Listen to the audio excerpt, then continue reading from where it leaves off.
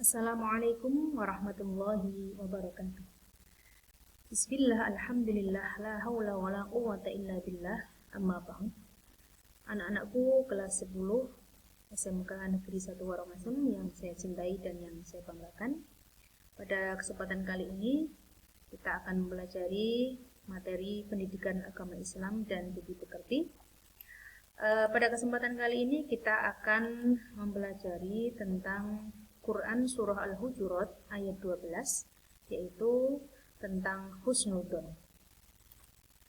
Nah, untuk mempelajarinya lebih lanjut, sebelumnya kita akan membaca bersama-sama Quran Surah Al-Hujurat ayat 12. Nurul akan membacakan terlebih dahulu, nanti kalian bisa menirukan. A'udzu billahi minasy syaithanir rajim. Bismillahirrahmanirrahim. Ya ayyuhalladzina amanu ijtanibu katsiran minadh-dhanni كثيرا من الظن إن بعض الظن إثم ولا تجسسوا ولا يغتب بعضكم بعضا أيحب أحدكم أن يأكل لحم أخيه ميتا فكرهتموه واتقوا الله Innallaha tawwabur rahim. Shadaqallahul azim. Nah, untuk artinya, hai orang-orang yang beriman, jauhilah kebanyakan purbasangka atau kecurigaan, karena sebagian dari purbasangka itu dosa. Dan janganlah mencari-cari keburukan orang, dan janganlah menggunjingkan satu sama lain. Adakah seorang di antara kamu yang suka memakan daging saudaranya yang sudah mati? Maka tentulah kamu merasa jijik kepadanya. Dan bertakwalah kepada Allah, sesungguhnya Allah Maha Penerima Taubat lagi Maha Penyayang. Quran Surah Al-Hujurat ayat 12. Maha benar Allah atas segala firman-Nya. Untuk mufradat atau kosakata, untuk kosakatanya nanti bisa kalian pelajari di slide ini maupun dengan rujukan-rujukan yang lain. Untuk makna perkata seperti ini ya ayyuha artinya wahai, alladzina orang-orang yang amanu beriman, ijtanibu jauhilah, katsiron kebanyakan, mina dari adzonni prasangka. Dan selanjutnya nanti sampai pada ayat yang terakhir, sampai pada innallaha tawwabur rahim. Inna sesungguhnya Allahu Allah tawwabun maha penerima taubat, rahimun maha penyayang. Oke, selanjutnya yaitu mengenai pelajaran tajwidnya. Untuk tajwidnya kita akan belajar mengenai mad wajib muttasil dan mad jaiz munfasil. Apa itu mad wajib muttasil? Mad wajib muttasil adalah mad tabi'i bertemu dengan hamzah pada satu kalimat, ya. Masih ingat mad tabi'i kan? Jadi mad tabi'i itu ada fathah diikuti alif, kasrah diikuti ya sukun, dan dhammah diikuti wawu sukun. Apabila ada mad tabi'i itu bertemu dengan huruf hamzah yang ada pada satu kalimat, maka itu dibaca mad wajib muttasil. Nah, bagaimana dengan cara membacanya? Untuk cara membacanya wajib dipanjangkan sepanjang 5 sampai dengan 6 harokat atau setara dengan 2,5 alif atau 3 alif. Contohnya, sawaun ja'a ji'a. Jadi bahasanya panjang ya, bisa dihitung dengan hitungan tangan. Kalau membacanya 5 harokat, maka dihitung 5 ya. Jadi jaa ya, atau 6. Kemudian mad jaiz munfasil. Apa itu mad jaiz munfasil? Mad jaiz munfasil adalah apabila ada mad tabi'i yang bertemu dengan hamzah, namun hamzah tersebut berada pada lain kalimat. Nah, jaiz sendiri artinya itu boleh ya, boleh. Boleh itu artinya begini, boleh dibaca panjang dengan 5-6 harokat, atau boleh dibaca dengan panjang seperti mad tabi'i. Namun pada umumnya untuk mad jaiz ini dibaca panjang seperti mad wajib mutasil ya. Sedangkan munfasil itu artinya terpisah. Maksudnya antara mad tabi'i dengan hamzahnya itu terpisah atau di lain kalimat. Dicontohkan di sini. Wala antum. Ini la ada mad tabi'i bertemu dengan antum ya, hamzah yang berbentuk alif, ini di lain kata. La sendiri, antum punya arti sendiri. Kemudian ini bima unzila. Bima, ma dan unzila ini katanya terpisah, maka ini dinamakan mad jaiz munfasil. Oke, untuk selanjutnya untuk ruang tajwid kali ini ya. Jadi kita contohkan ya. Ada 1 sampai 30 ya. Ya ayyuha. Ya, ini bacaan apa anak-anak ini? Ya. Ada mad tabi'i bertemu dengan hamzah. Satu kalimat atau lain kalimat ini? Ya. Ini lain kalimat, maka ini dibaca mad jaiz munfasil ya. Kemudian ada yang kedua, alladzina ya. Alladzina di sini ada al ya.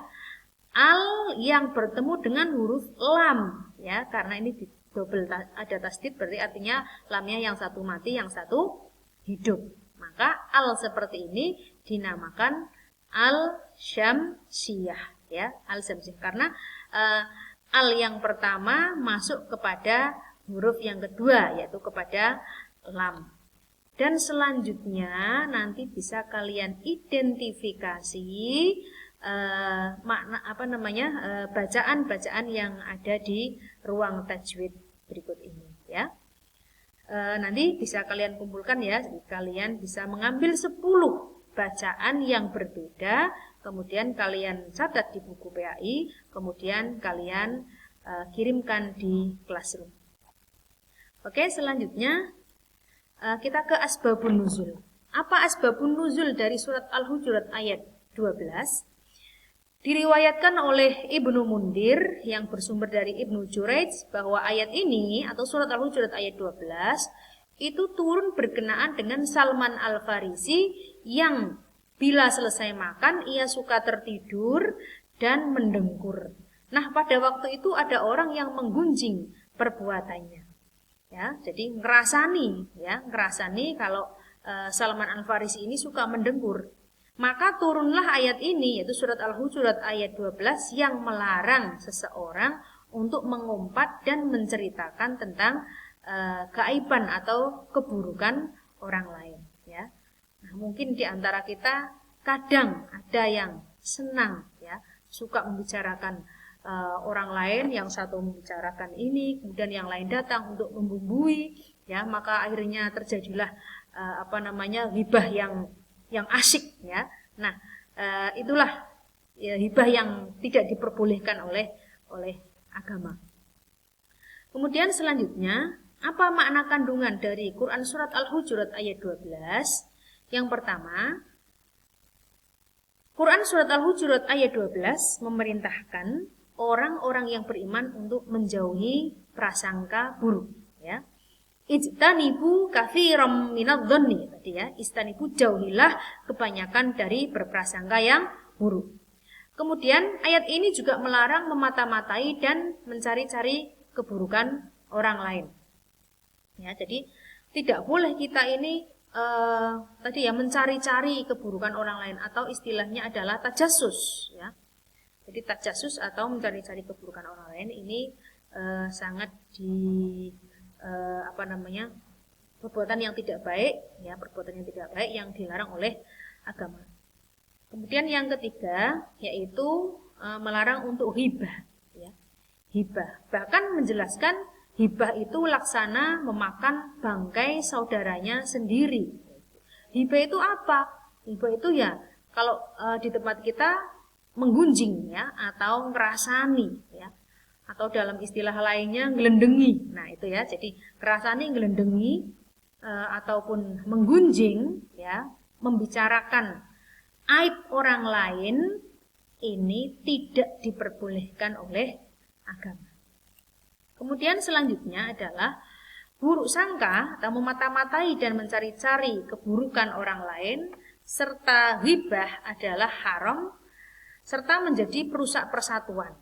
Padahal orang-orang beriman itu bersaudara dan harus menjaga persatuan sebagaimana yang dijelaskan pada Quran Surat Al-Hujurat ayat 10 yang sudah kita pelajari pada minggu yang lalu. Kemudian Allah senantiasa membuka pintu taubat dan pintu kasih sayang bagi hamba-hambanya yang bertaubat dan bertakwa, ya. Innallaha tawwabur rahim. Jadi apabila kita ini berbuat berbuat salah, maka segeralah kita bertaubat. Kemudian selanjutnya ayat ini memerintahkan orang-orang yang beriman untuk bertakwa.